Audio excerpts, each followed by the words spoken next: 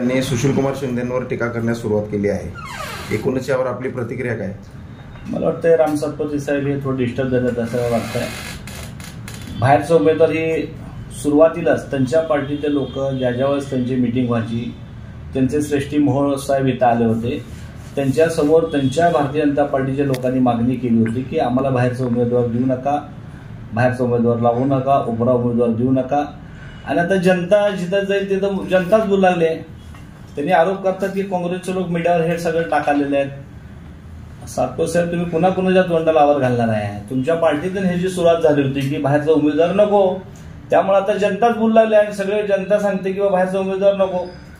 त्यामुळे तुम्ही डिस्टर्ब होऊन शिंदे साहेबांनी शिवाजी चौकात यावं आणि हिशोब द्यावं। तुमच्या पार्टीतील मोठमोठे नेते आजपर्यंत शिंदे साहेबांवर टीका केली नाही। तुमच्या पार्टीत इथले आमदार सुभाष बापू देशमुख हे म्हणतात की शिंदे साहेब हे राजकारणातले बाप माणूस आहेत। विजयकुमार देशमुखने साहेबांनी कधी टीका केली नाही, तुमच्या फडणवीस साहेबांनी कधी टीका केली नाही।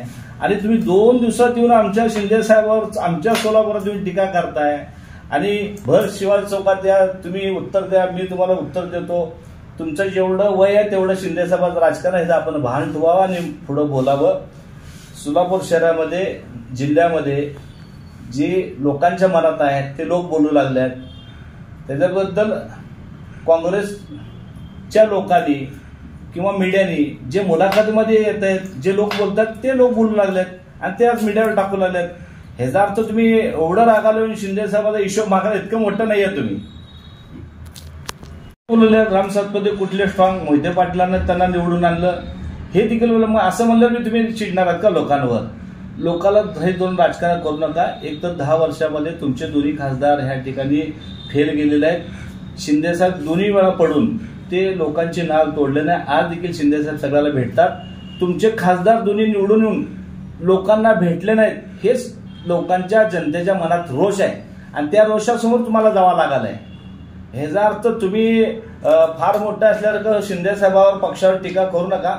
तुम्ही तपासा गेले 10 वर्ष तुमचे खासदार कोणाला भेटल्यात का, कुणाला अडचण सोडल्यात का?